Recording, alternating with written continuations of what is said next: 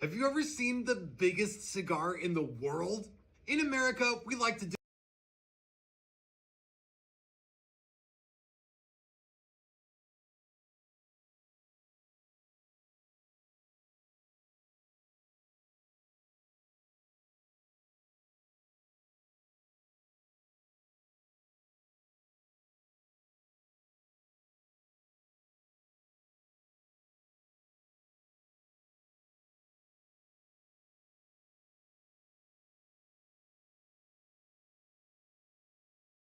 There's only one rule in this f***ing jungle. When the lion's hungry, he eats. See, I'm not a monster. I'm just a man of my word.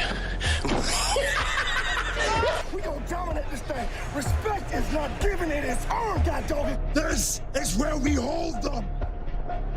This is where we fight. This is where they die. Bust you up. Go for it. Come on, you bitch. You're scared coward. You got man enough to me. You can't last 2 minutes in my world, bitch. Look at you scared now. Scared of the real man. He should have killed me when he had the chance, because now I'm back, and I'm going to kill you and your whole team. You and them kids. He was looking at me, and he just had this like look. He was just swinging his hands. And I said, "You're not going to beat me. I'm prepared to die." In any fight, it's the guy who's willing to die who's gonna win that itch. I win! I win! That's my job! That's what I do! The major mental effect of testosterone is it makes effort feel good. A body in motion tends to stay in motion. A body at rest tends to stay at rest. You've had enough damn rest. Somebody out there said working harder than you. Height does not make you a good fighter at all. Bigness does not. It's right here. This is what makes you a fighter. I used to never have to worry about nobody ever bullying me again. Because I know I would kill them if they with me.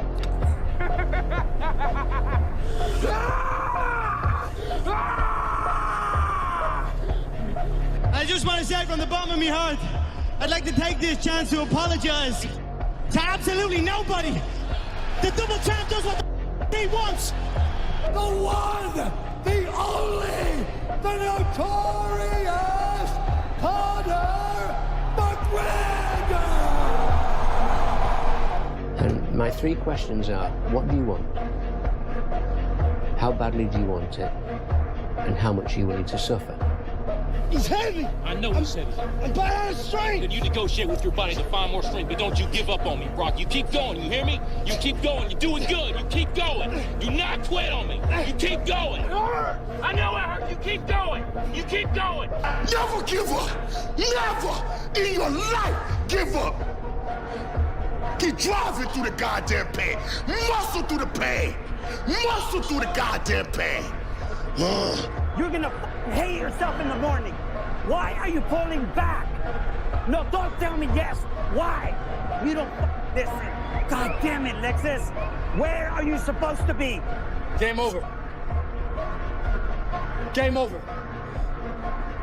Game over. I'm not like everybody else. I don't want to be like everybody else. I have something inside which is burning.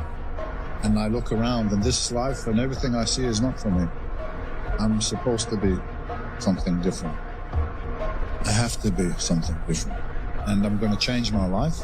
The most dangerous person in the world is a man that is broken and alone. Who cares? You're tired or not? Nobody cares about you. He was tired, he had personal problem, family. Nobody cares. We had nobody anyway, mother. Learn to pick yourself up on your own. A lot of times these fights and these battles, you gotta be your own coach. You gotta be your own motivator. There's no crowds cheering you on. That's what makes you powerful, is when the only cheerleader is you, by yourself. That's what forces you in the battle. In the battle, you find peace. When you go to war with yourself, you find a lot of peace because you know exactly who you are. And that is where the peace is really found for me. You have to be willing to suffer to get to the other side. You know, the other side of suffering is a whole nother world that people have no idea that even exists. I'm not afraid of nobody. In the ring or out of the ring, they got a gun or a knife, and I'll show him that too. I'm just ready to get it on and crush this guy's skull. And show who the real world champion is, the best fighter in the era. No retreat, no surrender. That is Spartan law. And by Spartan law, we will stand and fight and die. The time has come. The time has come. The time has come. It was game time. It was like a light switch turned on. And he became something else. Two totally different personalities.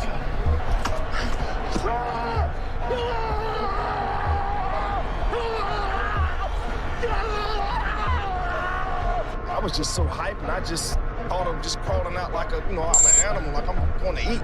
So I went out and did that, and the crowd went crazy with it. My teammates were like, what's wrong with him? That's really crazy. Let's go, baby! Let's go, baby! I'm relentless on what I do. Whatever you got, I expect that. On every phase, God dogging, we gonna dominate this thing. Respect is not given, it is earned, God dogging. I'm not clairvoyant, but listen, he's over there laughing, we're up here laughing, everybody laughing. This is serious stuff. He won't be laughing Friday. This is very serious. This is very, very serious. I don't want to see a smile on that face after the game. The ultimate disrespect is when somebody takes what's yours. And this is our game. It's our time. And here's the guy's trying to take it from us. So that makes it shit personal. Let's go. Relentless effort for 60 minutes. Somebody will outwork you. Somebody outwork you right now. So what? Let's go. There's always someone out there who's working harder than you. I'm haunted by that motherfucker. Knowing that someone out there is willing to forgo whatever it takes to be better, to be the best. You do the haunting. Get in somebody's head. Own space. Set a time to train at that time. Set a time to go to sleep at that time. Set a time to get up at that time. Don't tell yourself you need to do something and then don't do it. That's what I was talking about with Ariel. I knew in my head I was saying, get up at this time. I didn't get up at that time. Train at this time. I didn't train at that time. Don't eat this. I ate that. Don't drink that. I drank it. And these all just infiltrate my mental strength. Two forms of pain. Pain that breaks you and the pain that changes you. That's the pain of a change right there. That's the pain of progress.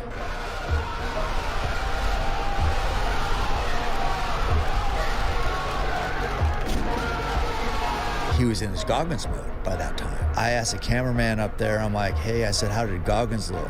And he's like, he's had his shirt off and he was saying, they don't know me. They don't know me, son. And saying all this stuff. I said, who was he saying that to? And he's like, there's nobody up here. So he has like imaginary enemies that he's fighting against. You clearly don't know who you're talking to, so let me clue you in. I am not in danger, Skyler. I am the danger. A guy opens his door and gets shot, and you think that of me? No. I am the one who knocks. Everyone says, well, you should be harmless, virtuous. You shouldn't do anyone any harm. You should sheath your competitive instinct. You shouldn't try to win. You know, you don't want to be too aggressive. You don't want to be too assertive. You want to take a back seat and all of that. It's like, no. Wrong. You should be a monster. An absolute monster, and then you should learn how to control it. Do you know the expression, it's better to be a warrior in a garden than a gardener in a war? Right, exactly. That's exactly it. Yeah. And that's exactly right. That's an easy choice for us, Arcadian. Spartans never retreat. Spartans never surrender. How many people on this planet? I said, what, around 5 billion people, 6 billion? I said I could beat every one of them in a fair fight. And, that's what I believed at the time, but it sounds so good to say that. Mike, were you really sick this week? What was the problem? I broke my back. What do you mean by that? My back is broken. What, a vertebrae or what portion? Spinal. Me, I feel like I'm the most fierce competitor there is. I don't think I'm ever going to find something to equal the game of basketball, you know. Work! Work! Work, damn it! Work! Work! Work! Work! Work! Work! What role does ego play in all this? Ego's everything. Ego's a part of determination. If you don't have ego, you can't have a sense of determination to achieve. That's all a part of success. I think you almost have to have it to be Michael Jordan, right, for instance, who had a tremendous ego. Huge. How many times did just you and Michael have dinner in Chicago? Chicago has a lot of great... Scotty, stop it. Scotty, stop it. You and Michael never had dinner together one-on-one? Get it! 18! You don't know me, son! Get it! 19! You don't know me, son! Yeah! 20, you got some more in you. 21, yeah, get it again. Come on, we want to see it. Today I was running, and this guy passes me in the car, and it's about 100 degrees out here, 70% humidity. And the guy comes back around, looks at me. He pulls his car by me and says, "Why the f are you out here?" I said, "Because you're not." Sometimes your motivation needs to be because no one else wants to do it. We need doctors. We need lawyers. We need dentists. We need teachers. We also need savages. This message I do is not for everybody. So I want to see that soft about, do you have sunscreen on? This message is dangerous. It's too hot. I'm not asking you to be like me. Do you? Stay hard. Thing about life, this is why you always must be ready. Always be ready. Never get ready. People go, "Oh, hey, what are you training for, David?" I ain't training for shit. When something pops up, I'll be ready. You can act like a man! What's the matter with you? Is this how you turn out a Hollywood Pinocchio that cries like a woman? What can I do? What can I do? Don't cry to give up. Cry to keep going. Don't cry to quit. You already in pain. You already hurt. Get a reward from it. I really took the time to find out, you know, who the enemy was. And then it's not that it was the enemy. It was the enemy. The enemy. The enemy. The inner me. Here's how to get older without getting better. Keep relearning the same lesson. If you keep making the same mistake over and over, the mistake isn't the problem. You are. The major mental effect of testosterone is it makes effort feel good. Effort and leaning into pain and challenge actually has the effect of making the body feel soothed and good. It's a drive. I can describe this in one word. All about sacrifice. People talk about discipline, but sometimes discipline is not enough. You know, all about sacrifice. And it was a scientist that actually sat me down one day and just explained to me that you're never going to be able to lift that off the floor because the human body is not capable of lifting that off the floor. But there is one way. A woman who's driving down the motorway in a big accident, kids under a car, and they can lift the car off of the kids. And why is that? It's the fight or flight scenario. I was able to create a scenario in my head that when I walked up to the 500 kilo, I wasn't lifting 500 kilo off the floor. I was lifting a car off of my kids. Lane, strong. This won't break you. This won't break you. This won't break you. This won't break you. Get it, David, come on. Yeah, there you go. There you go. Energy, let it out. 7, 8, 9, 10, a machine here. There you go, nobody works like David in this house. 13, come on. 14, come on. 15, shut that muscle down. You know what the best advice I ever gotten? Came in 2 words. You can't. And you know what my response was? 2 words. Watch me. You can't really give a about what people say no more. Because everybody gonna critique everything that you do, no matter what you do.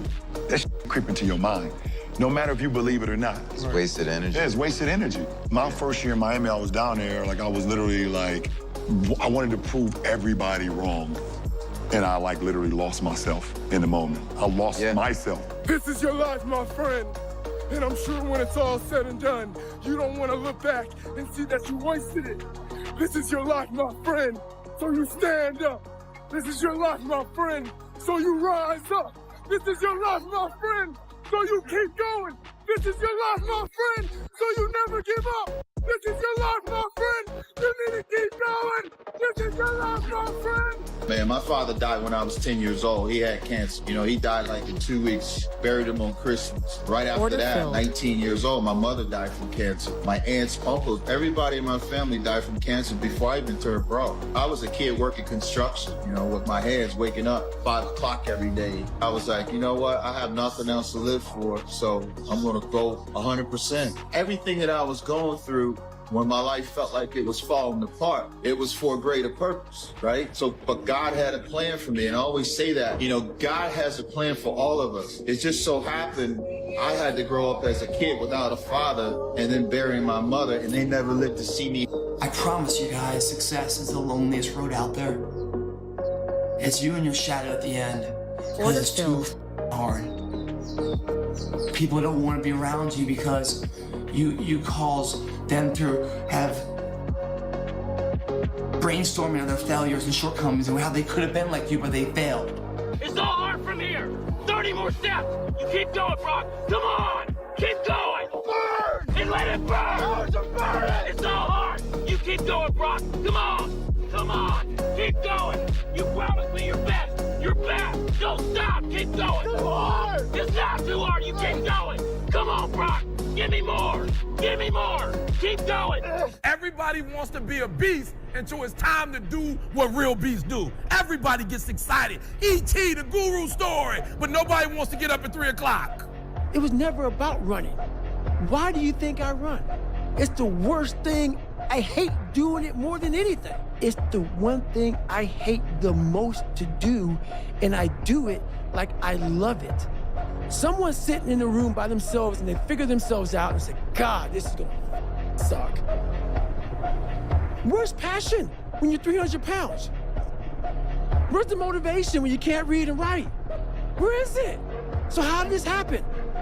I just did. I just did. The pain that destroys you isn't this shit.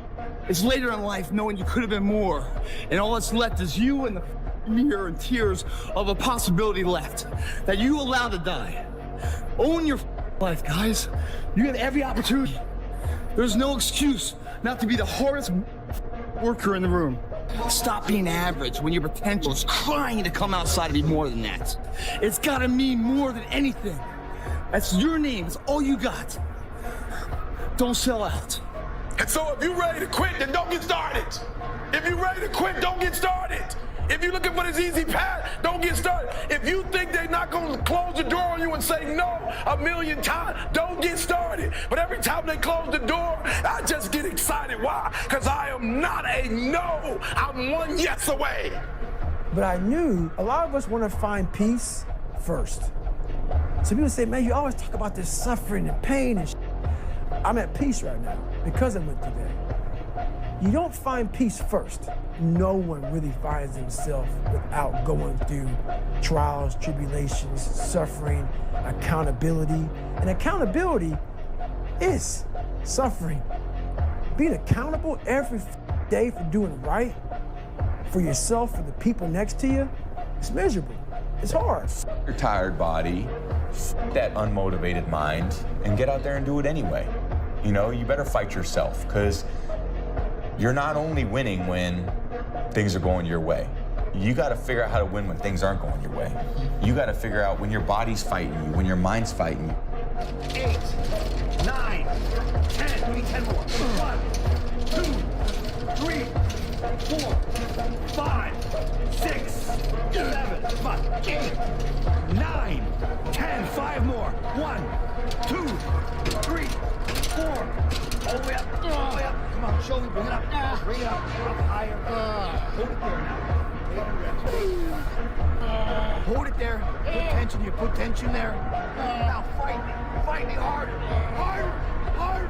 Harder. Come on, Nick. Just get started now. Come on. Push. Push. Hey, we have more left. We can still push harder. We're not there yet. I realized, talking to a guy named Cameron Haynes who did this race, 240-mile race. And I was saying, I go, is this the new level? Is this the new push? So when I decided to do that race, it was in the back of my mind like, man, I've really become an expert at running 100-mile races. That's why when you think about the mentality of greatness, there are no breaks.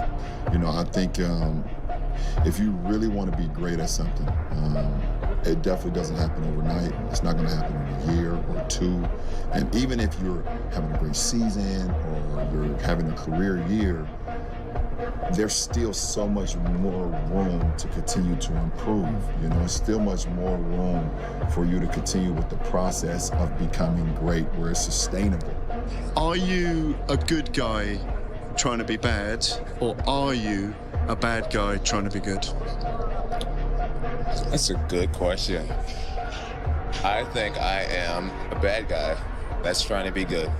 I think this guy might have the best top paragraph Wikipedia description in history. Can you just Google the unkillable soldier?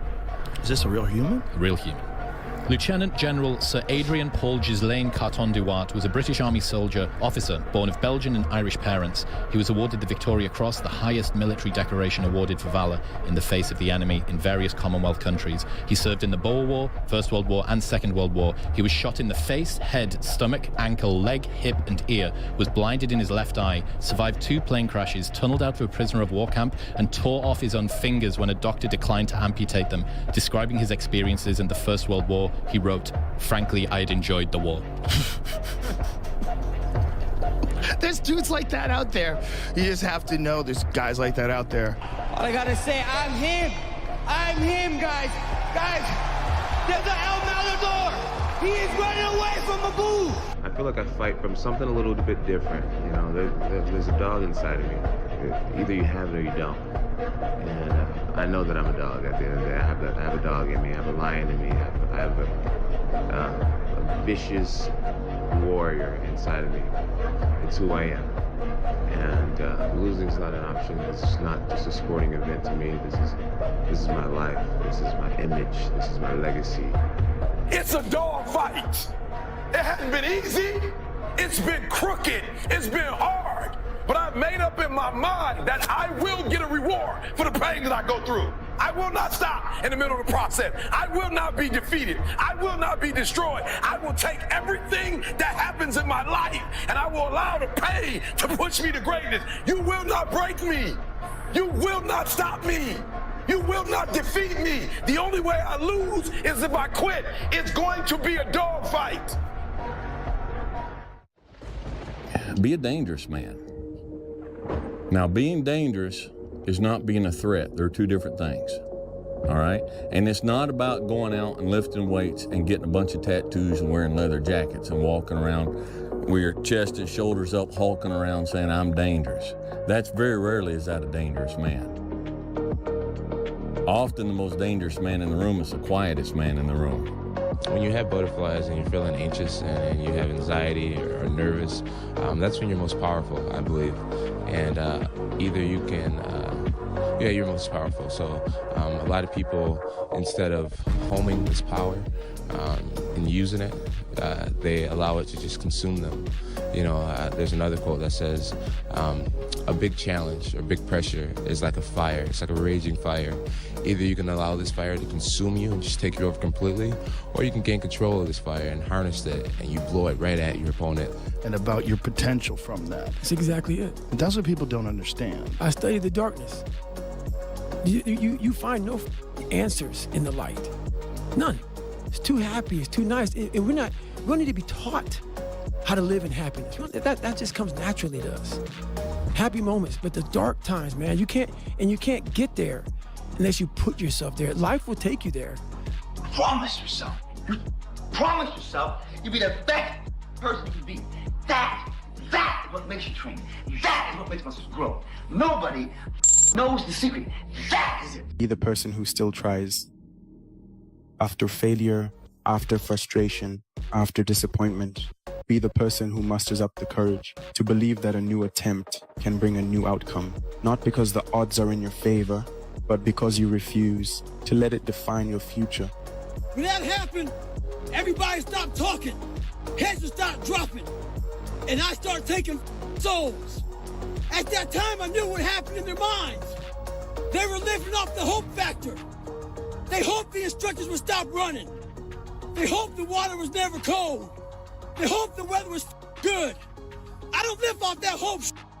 I wish the water was cold. I wish the instructors keep on running. I wish for rain. When the Indian is unknown and the distance is unknown, that's when you know who the you are. Stay hard. I am who I am. You gonna like it, you gonna hate it, but I'm still gonna be me. I'm not changing who I am. I may change the clothes that I wear, the city I live in. That's me in a nutshell, though, man. Like, I really don't give a what anybody thinks of me. I really don't, because I'm comfortable in my own skin, and I like who I am. I like where I'm at. Man, keep going, keep pushing. Don't never let up. And when you hit a bumpy road, don't let that slow you down. Just keep pushing. Whatever obstacle come your way, keep attacking it. You know what I mean? Don't let nothing shake you, shake your confidence, your energy, your vibe. Just keep going. Whatever it is you believe in. I feel like you used that throughout your career. No question. I had to. It's a necessity for me. One of your quotes is, when you're winning, you're not as good as you think you are. When you're losing, you're not as bad as you think you are. What's that mean to you? When you're winning, everybody's telling you how amazing you are. Oh my God, let me tell you, dude, you know what? You're the best. You're amazing. You know, you're just better than that guy, and you're better than this guy.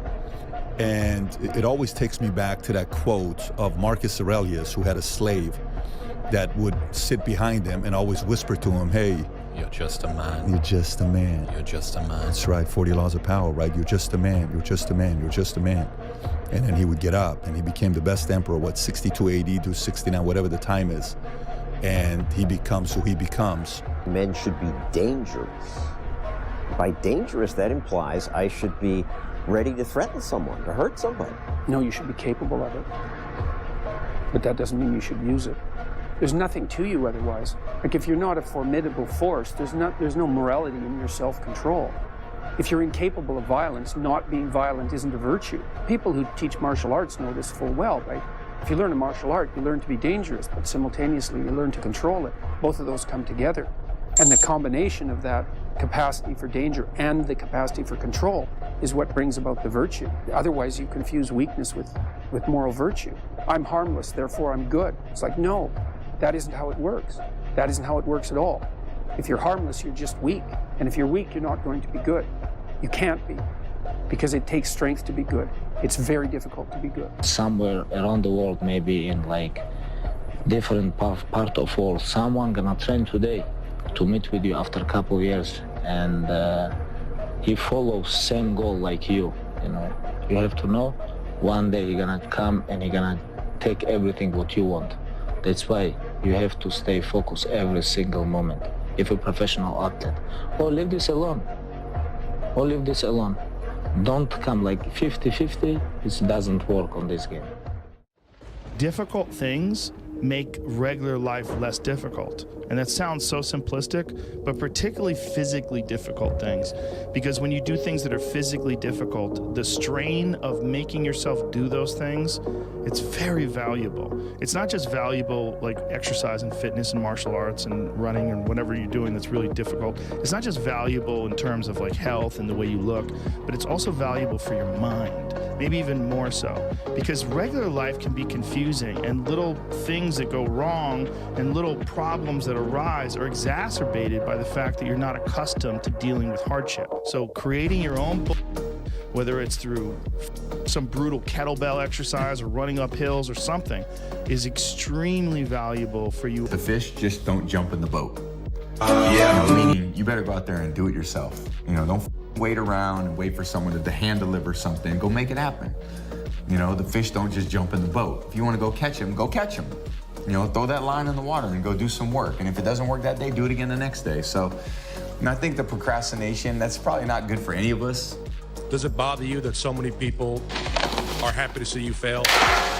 Absolutely not. Because at the end of the day, all the people that was rooting on me to fail, you know, at the end of the day, they got to wake up tomorrow and have the same life that they had before they woke up today. You know, they got the same personal problems that they had today. you know, and I'm gonna continue to live the way I want to live and continue to do the things that I want to do with me and my family and be happy with that. I make myself do things that are very uncomfortable, that I don't want to do. And by doing that, I develop this strength and perseverance. And some people hear that and like, I don't even want to do that. I don't want to take a fucking nap. You're exhausting me. I'm like, I'm not you. I don't want to do that. And they just like, it takes them away from that. And I'm like, you don't even have to do that. Mm-hmm. Just go for a walk every day. It sounds like it's easy to do, but there's gonna, when that walk comes and look at your clock, oh, it's 8 o'clock, time to go for that walk. You're like, I don't want to walk. I would just rather play video games. I don't want to walk. I'd rather like read emails. I don't want to walk. I'd rather like scroll through TikTok. But if you just force yourself to go for that walk every day, you will develop mental perseverance. You will develop some tenacity. You'll develop the ability to force yourself into work. Is there advice you can give to people, to young kids that are living through a situation of any sort, a tough life? Find a thing you like. Try to find a thing that you really enjoy. Try to find a thing that you're passionate about. Like an activity. Yes. Find something. Find a thing that you genuinely enjoy, because getting good at things you genuinely enjoy is extremely beneficial for young people, because it lets you know that, like, everybody thinks they're a loser. Every young person thinks they're a loser. At least a young person in the situation I was at. Like, I didn't know I wasn't a loser until I started winning, until I started doing martial arts. Order filled. Martial arts taught me that, like, I could get better at stuff. That I wasn't really a loser. I just was someone who was like in a up situation. But you could channel all that energy that you have as a young person into something and get better at it. You are one decision, one relationship, one thought, one emotion, one meeting away from a completely different life. And unless you believe, first off, I'm right about that. It's true. But unless you believe that, and then you program your reticular activating system in your brain to find those things, you will never have them happen to you. But if you begin to believe, I'm one meeting away from a different life, I'm one decision away, I'm one podcast away, I'm hearing one guy in the United States away from changing my life forever. The only insults that hurt are the ones we believe. Next time someone insults you, remember, they're going to die. Everyone will forget about them. And if no one will remember them, then you might as well forget about them now. They are irrelevant. Your dream, your actions, your outcomes. You're gonna lose your mother. You're gonna lose your father. You're gonna lose animals and humans that you love. It's going to happen. You're gonna lose money, and at the same time, people are also gonna hurt you even though you don't even know what you did wrong. Things like this are going to happen in this lifetime.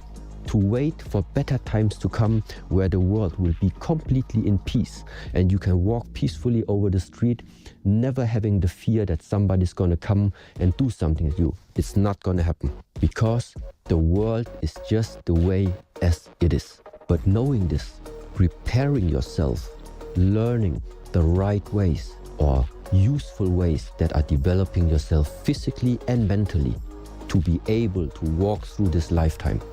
That's possible. That is something that is available to us. It's just you need to get rid of those fantasies that better times are going to come. If we don't create the better times, nothing's gonna happen.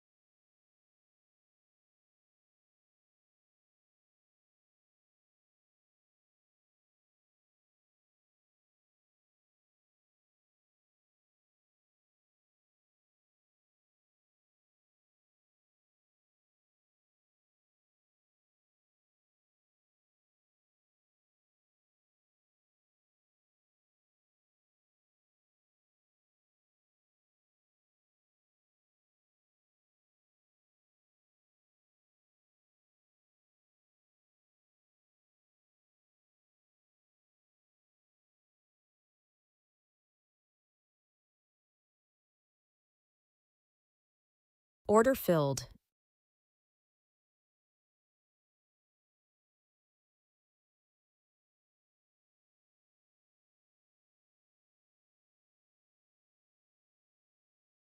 Order filled.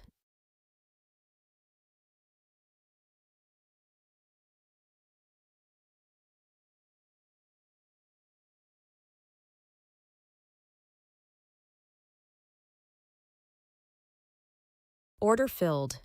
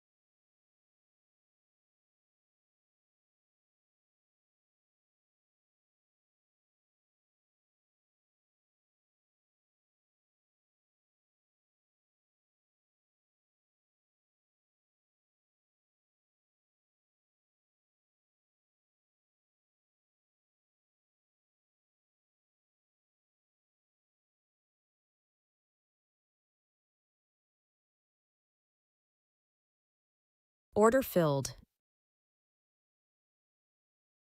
Order filled.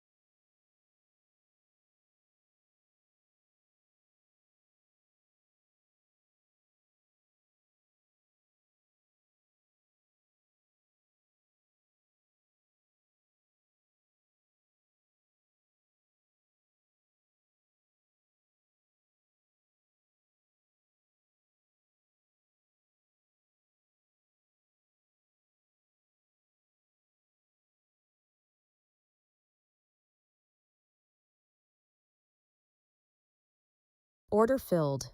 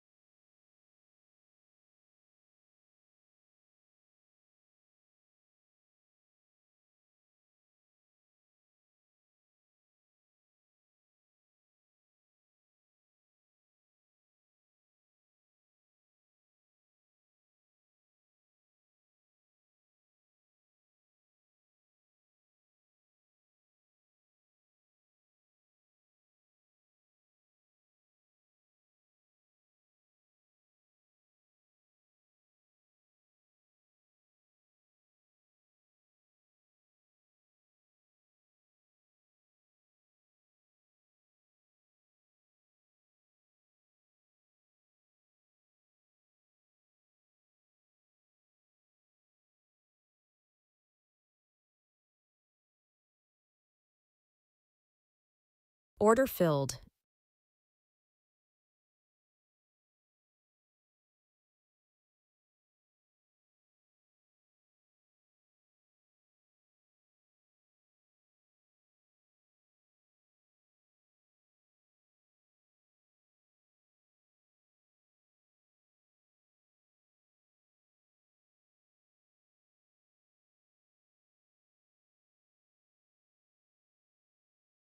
Order filled.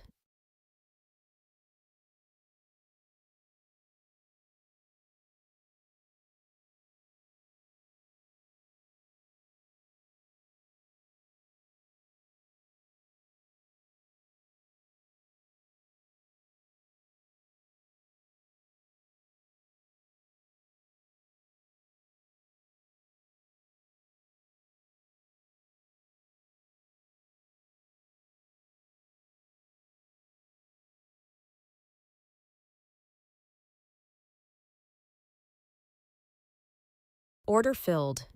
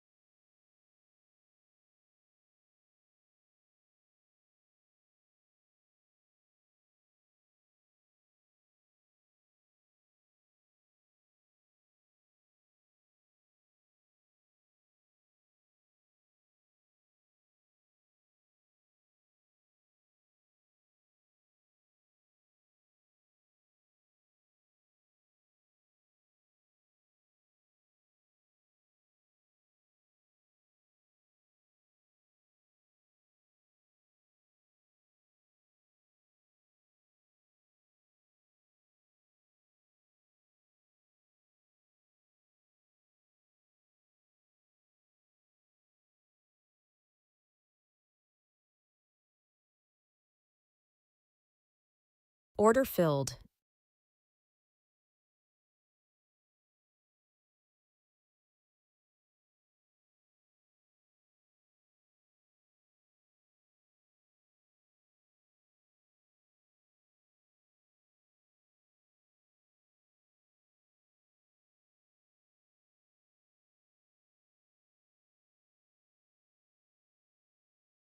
Why would you not go for it? Why would you not take a chance? At one point in time, you got to take a chance on you. And dreams without goals are just dreams. Come on. And ultimately, they fuel disappointment. Exactly. On the road to achieving your dreams, you must apply discipline, but more importantly, consistency. Because without commitment, you'll never start, but without consistency. What gives you strength when you're getting attacked? You're one of the most attacked people in the world. You can't care that much. I know people that care so much about everything, like what people are saying.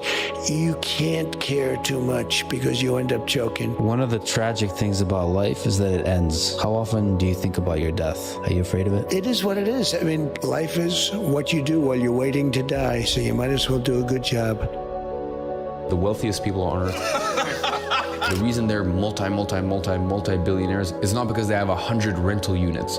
The reason they are multi-billionaires is because they have a company that's valued at tens of billions, and they just take a loan out whenever they want. And the best part is loans are tax-free. Now I live in Dubai, so I don't need to worry about tax anyways, but that's really how you get to the hundreds of millions. What is the best advice you've ever heard or received?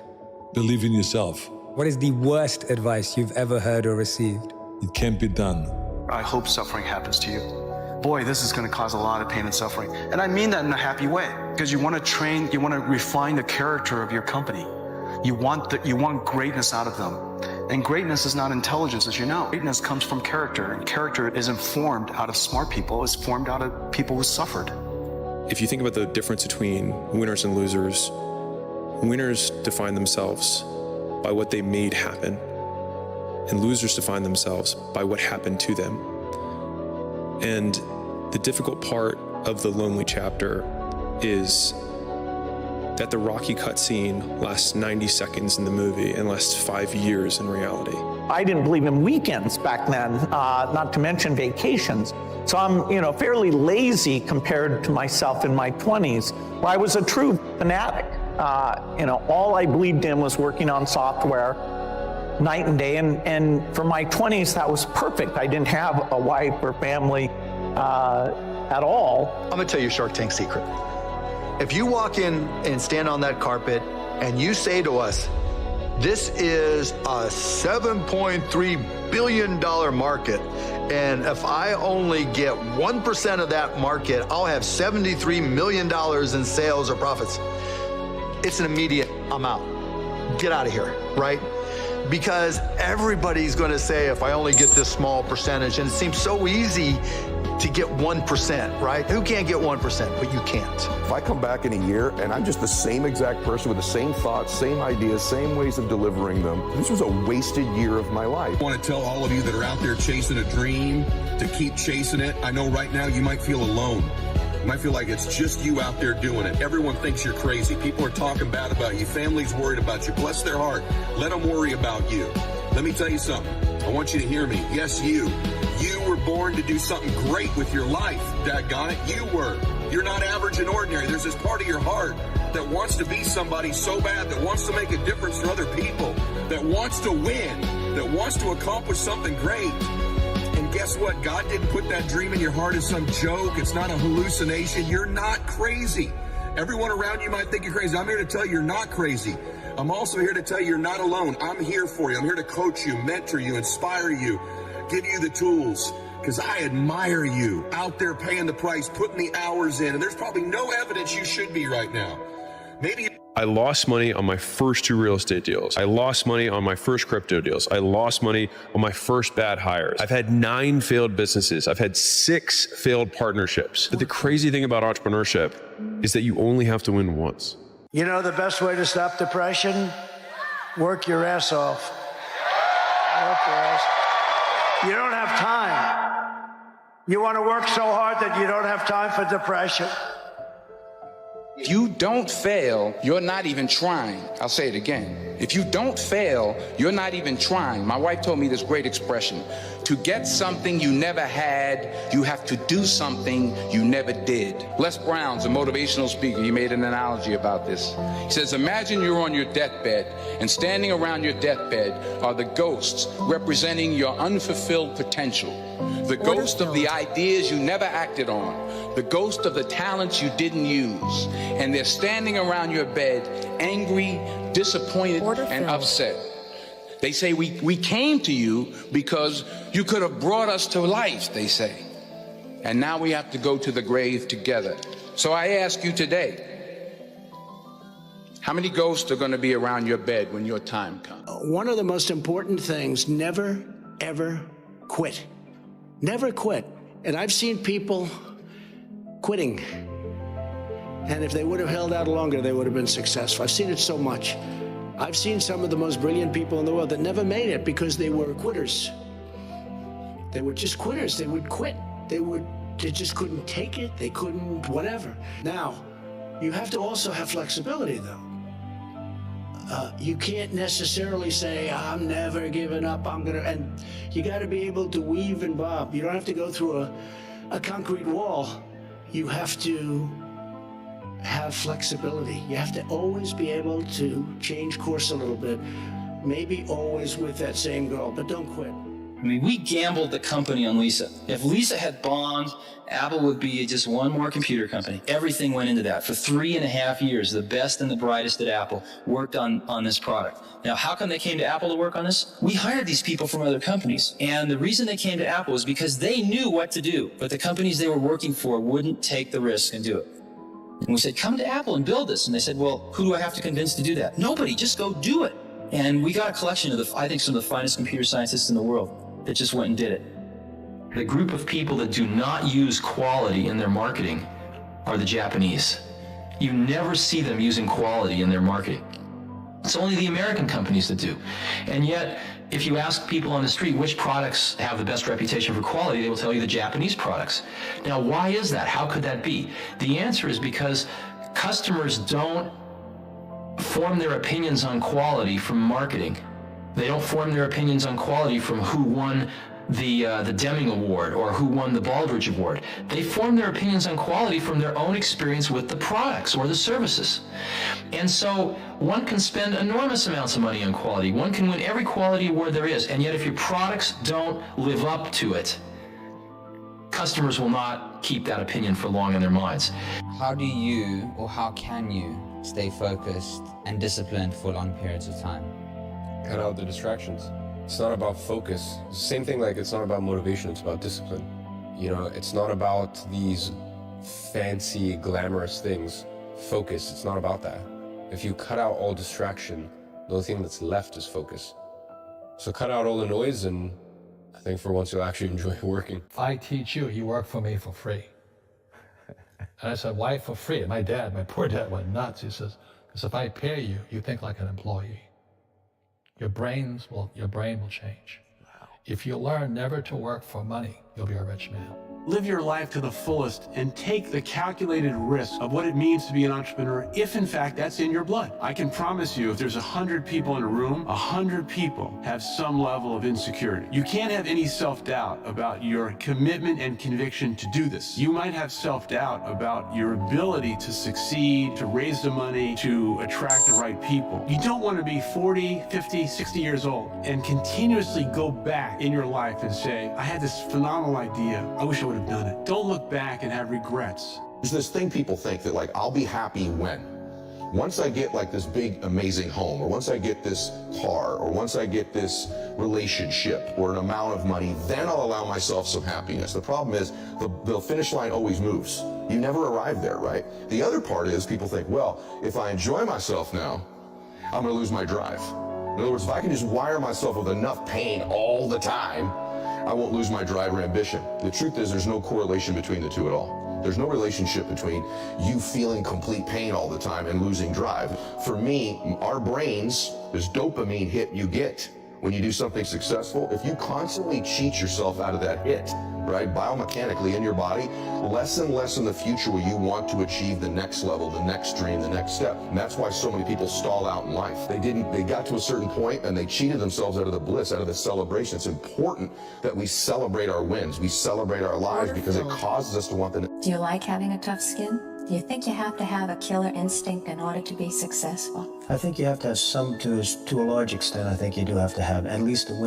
winning instinct. I think that the world is made up of people with either killer instincts or without killer instincts. And the people that seem to emerge all the time, it doesn't mean they're the best people, and it doesn't mean they're the happiest people. And in fact, in many cases, and in most cases, they're probably not. But the people that seem to emerge are the people that are competitive and driven and with a certain instinct to win. You use the word competitive and driven. I'd like to know, what drives you? Enjoyment. Pure and simple enjoyment, rather. I want to buy the enjoyment, but somehow I feel that there is something underneath it, that there's something more that makes you want to succeed, want to be who you are. Well, what do you think it is? Maybe I can just, but maybe I could just... Hey, little window today, little opportunity. They present themselves all the time in life. Right now, here's a big one for you. Whatever you're chasing right now, your dream, your business, your better body, right? Your better mindset, more spirituality. Just remember this right now. Most people are dragging today. They're dragging. It's after 4th of July weekend. It's the summer, all kinds of stuff on the news. There's a little window right now, what I always call separation season. There's all these mini seasons in life. And one of them's usually after a 4th of July weekend, usually summertime. And now with everything in the news, you got a little window right now. You press the accelerator down, they flinch, you go. You're like a dripping faucet. You just keep coming. You just keep going. When they flinch, when they get weak, when they get distracted, they get tired, you blow their doors off. About how I made a career was I was patient. So I would say to anybody still today, if you're going to be good at something, it does take a while. Just enjoy the getting there. You're going to get fed up, you're going to get disheartened, and people are going to tell you you're useless. Had all that. But what I can say, after about 15 or 20 years, I learned how to do something well, and I enjoyed that getting there as much as being there. I was pretty happy with my life. My wife was not. What she saw was a college dropout who spent too much time in the mountains doing foolish things. She wanted me to work full-time as a computer programmer. My family was still mad at me for not going to medical school. And now my wife was divorcing me because I lacked ambition. It looked like a reoccurrence of the same old problem. Once again, I was unable to live up to the expectations of others. But this time, I was not disappointed in myself. Their dreams and my dreams were different. I would never confuse the two of them again. You see, I'm so loyal to people. Maybe I'm loyal to a fault, but I'm so loyal to people that when somebody's slightly disloyal to me, I look upon it as a great act of horror. Then how are you different than you were 3 or 4 years ago? Well, I used to say, and in fact, I think I said in my first book that, and maybe this was foolish, but I really meant it, that someday I'd like to maybe lose everything for a period of time to see who's loyal and who's not loyal. And frankly, I found out a lot of things. Did you find out who's loyal and not loyal? I tell you what, and you can't guess it. You can't predict it. Some of the people that were least loyal to me, I think I would have treated them differently. I think I would have treated different groups differently. I would have wiped the floor with the guys that weren't loyal, which I will now do, which is, I love getting even. But I will wipe. You love getting even. Oh, absolutely. You don't believe in the eye for the eye? You do. No. I know you well enough. I think you do. But anyway, But tell me, I mean, you're going to get even with some people. Yeah, I mean, if given the opportunity, I will get even with some people who are disloyal to me. There are a lot of good ideas. There are a lot of good ideas. There are a lot of good ideas. Translating a good idea into a great product is unbelievably hard. There are so many details. If I can speak to myself in 5 years, I hope that I'd be able to tell myself, you've made the most of it. You've squeezed the most out of life, and look back, smile, and savor what's to come. I knew nothing when I got started. Right, I mean, you have to remember, I was 19 years old when I started Facebook, right? So, I mean, probably like the same age or younger than most of you guys. And I knew nothing nothing about business at all. So many things go wrong when you're starting a company, and often I think people ask, what mistakes should you avoid making? And my answer to that question is don't even bother trying to avoid mistakes, because you're going to make tons of mistakes, right? And the important thing is actually learning quickly from whatever mistakes you make and not giving up. We're playing a character. Yeah. And at any time, you could decide to turn the page and write a new chapter in your life and become a whole new character. There just became a point where I'm like, you know what? I am confident. I am stronger. I am funnier. I just started to step into this person. I started to write a new character. I believe there's a man I was born to be. I believe there's a man or woman you were born to be. So kind of the ultimate version of you. And I have this hallucination no matter what your faith life is. That's completely your personal belief. But I think at the end of life, you're going to meet that person you were capable of becoming. I really do believe that. I believe you're introduced to this person, the ultimate version of you, the places you could have gone, the differences you could have made, the memories you could have had, the moments of your life. And to me, bliss, heaven, if you will, is meeting that person and we're identical twins. And hell, and a typical terrible way to die would be to never be anywhere near close, to be total strangers with that person. Work hard, you're going to need some luck, but the harder you work, the luckier you get. And if it doesn't work out, that's not the end of the world. I just don't have anything in common with people that sit there and say, oh my God, it was terrible. So it's water over the dam, under the bridge. Get on with it and start another business the next day or another career.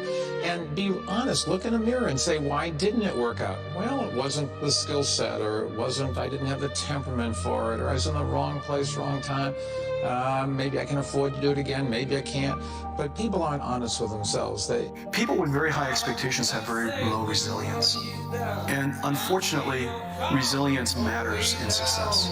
I don't know how to teach it to you except for I hope suffering happens to you. Today I use the phrase pain and suffering inside our company with great glee. And I mean that. Boy, this is going to cause a lot of pain and suffering. And I mean that in a happy way, because you want to refine the character of your company. You want greatness out of them. And greatness is not intelligence. Greatness comes from character, and character is informed out of smart people. It's formed out of people who suffered. Our obsessions become our possessions. What you obsess about most regularly, you will eventually possess in your life. The challenge for most people is that we obsess on the things we're fearful of, what we don't have, what we're worried about. And then we end up possessing those things over and over again, rather than programming ourselves to become obsessed with what we want, what our dreams are, what we believe we deserve. When we become obsessed about those things, long term, we end up possessing those things. So what is a poverty or poor mindset versus a wealth or abundance mindset? What do they both encompass? The beginning for me is a poverty mindset is when you believe you're poor, or you believe that you are the cause of the situation you're in. I never believed that I was poor. I just believed our current situation was poor. So I got to a point where I didn't want to be in that situation anymore. But there was nothing wrong with me. My mom loved me. I was a good human being. I just had to get out of the situation. There's no substitute for hard work. The best time you're ever going to have is when it starts out just you. And it'd be great if it grows into a wonderful, big, profitable company. But you're never going to be happier and more satisfied than you are in the first year or so of getting your business going. You should do every single What do you do, my friend? You sweep up when everybody goes home. You're the first one in. Show my bone. So when your people come in, they have hot coffee and can get straight to work. You work through lunch, set an example for them, but there's no substitute for hard work. Do you do customs? People say luck. Yes, but the harder you work, the luckier you get.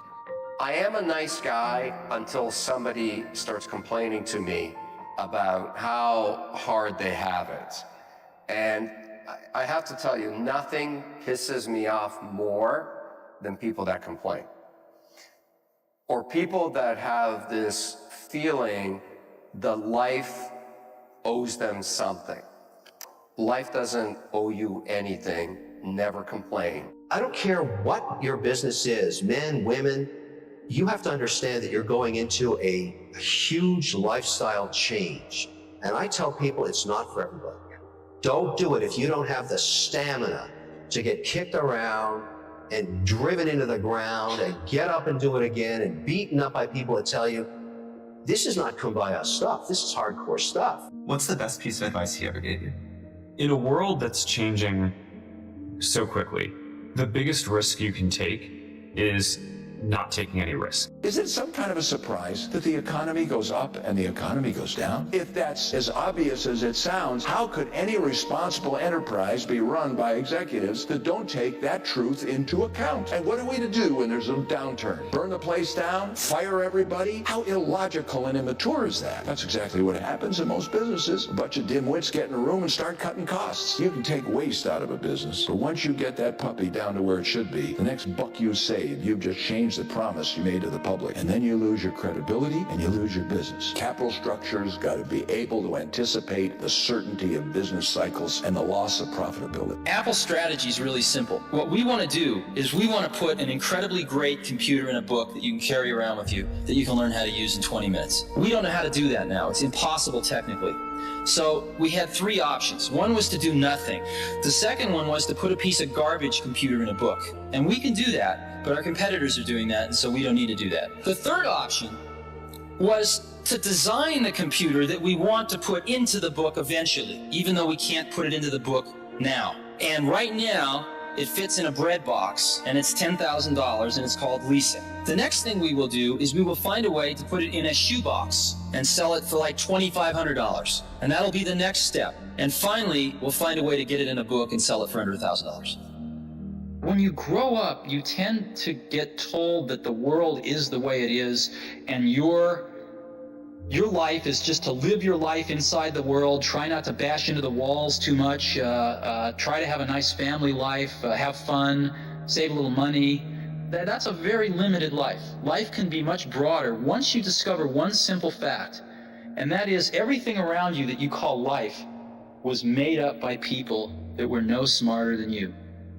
And you can change it, you can influence it, you can build your own things that other people can use.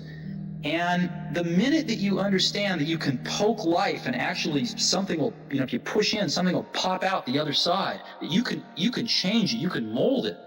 Once you learn that, you'll never be the same again. There's a funny thing about people that make their own money for the first time. They have an attitude towards money that's different. Hell, I made this money myself, and I'll spend it as I damn please. First generation wealth has a great tendency towards consumer spending. Look at China. There is no old money in China, and they want the good life. Got a Rolex store in the Wynn, Macau, that's $150,000 a day. On the other side of the border, you can get a copy of one of these for 1 penny on the dollar. And it looks exactly the same, but they don't want the Lindy, they want the real thing. They want the Burka bag. They want the Kelly bag. And that's the explanation of what's going on in China. It's also the explanation of Brazil and Mexico and Chile. Success is a 5-step process. First, you have to know what you're going after, your goals.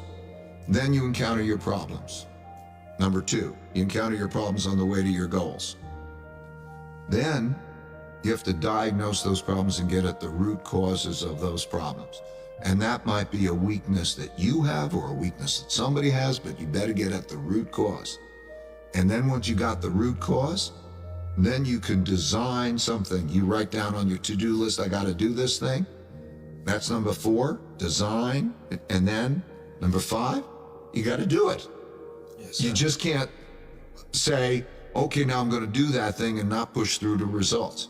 And if you could do that over and over, that's a formula for success. You only have to do those 5 things, you got the formula for success. If you stay in your comfort zone, that's where you will fail. You will fail in your comfort zone. Success is not a comfortable procedure. It is a very uncomfortable thing to attempt. So you got to get comfortable being uncomfortable if you ever want to be successful. The only thing that you can do is win so big that all of them constantly compare themselves to you, and then you'll forget they exist. Success is the only revenge. He's like, it's not the best revenge. He's like, it's the only one. There's no other revenge. When you win, that's when you become so big that they shrink into irrelevance. You cast a shadow that no one even can see them behind you. The greatest people are self-managing. They don't need to be managed.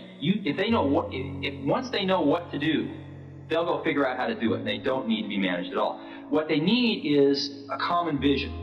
And that's what leadership is. What leadership is having a vision, being able to articulate that so the people around you can understand it, and getting a consensus on a common vision. Everybody on earth gets happier if they live within their means. I believe that what buys happiness is living within the money you make. So if you make $49,000 a year, you can be remarkably happy if you have humility and you live a $37,000 a year life. If you live a $90,000 a year life and get into debt because you're trying to keep up with the Joneses, even though you're not capable of making that kind of money, you're gonna get hurt. Live within your means and you get very happy.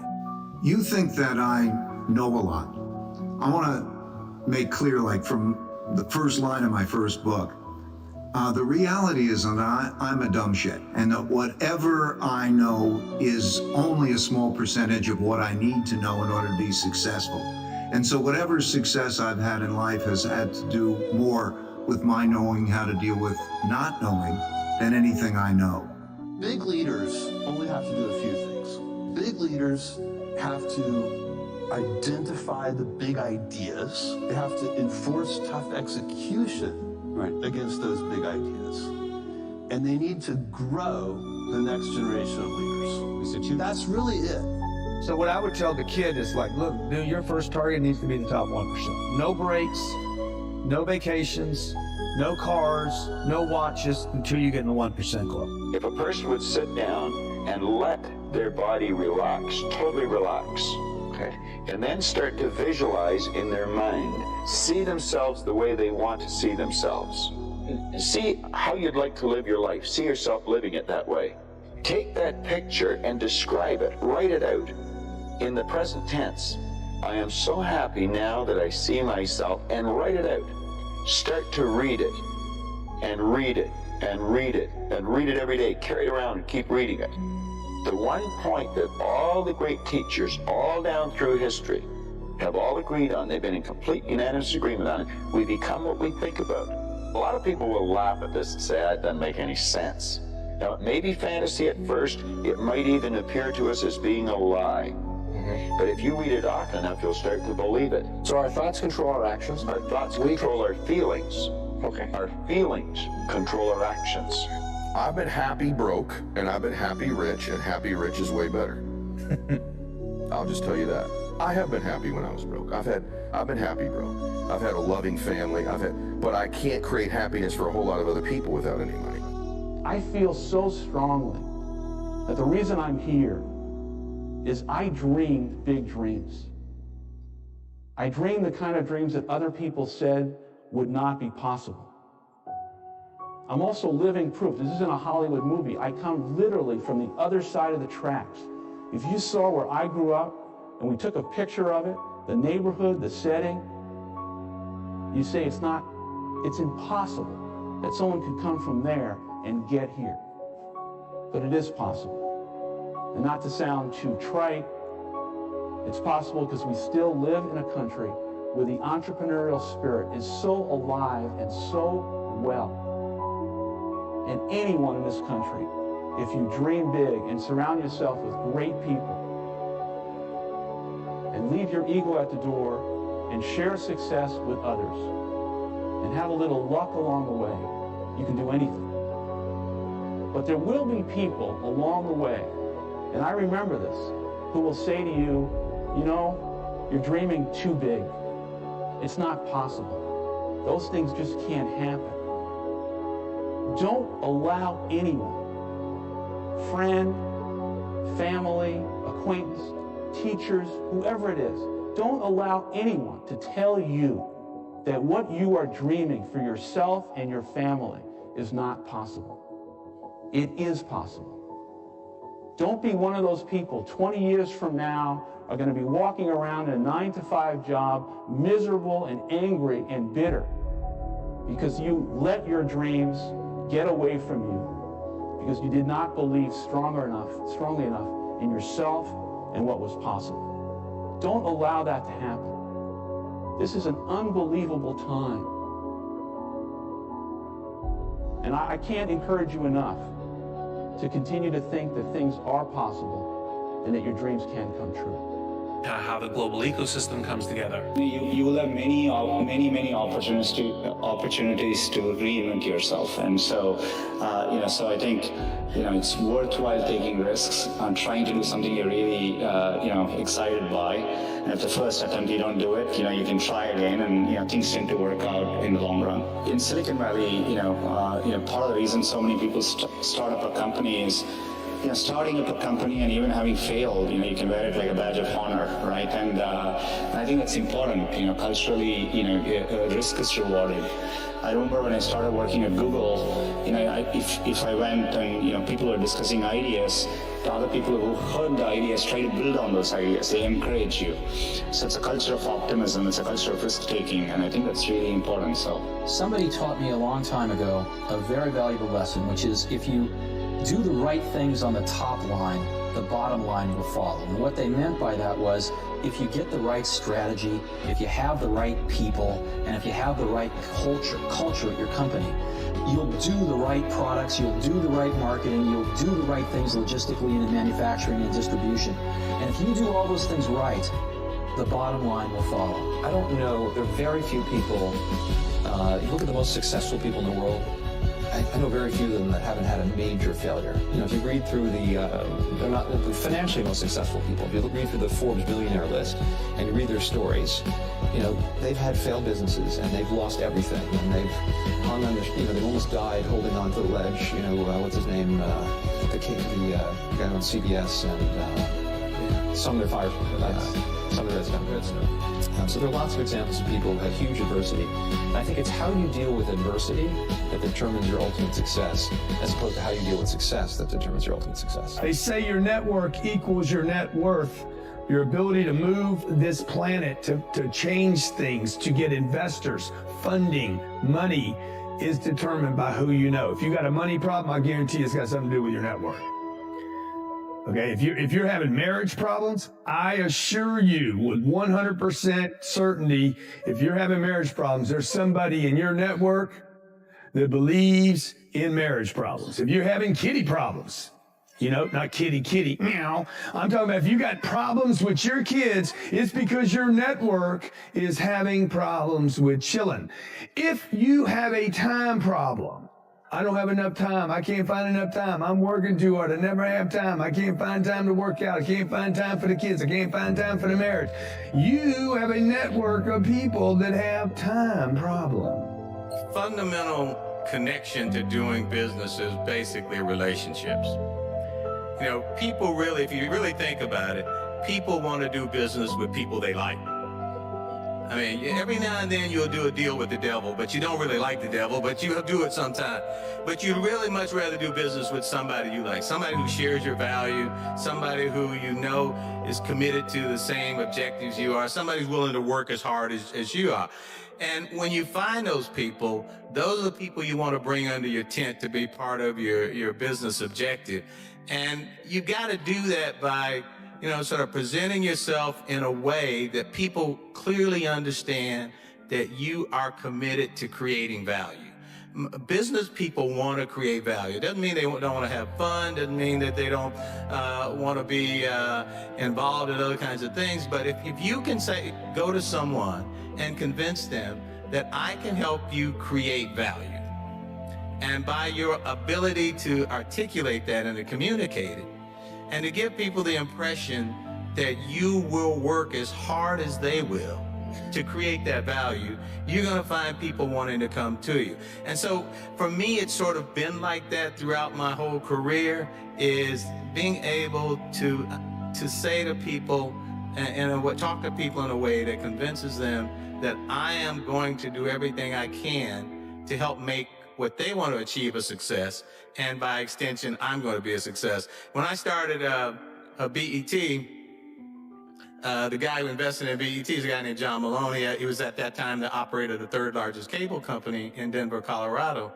And he kept investing money into BET without taking additional equity. And as BET became a big success, I ended up with about 75% of the company.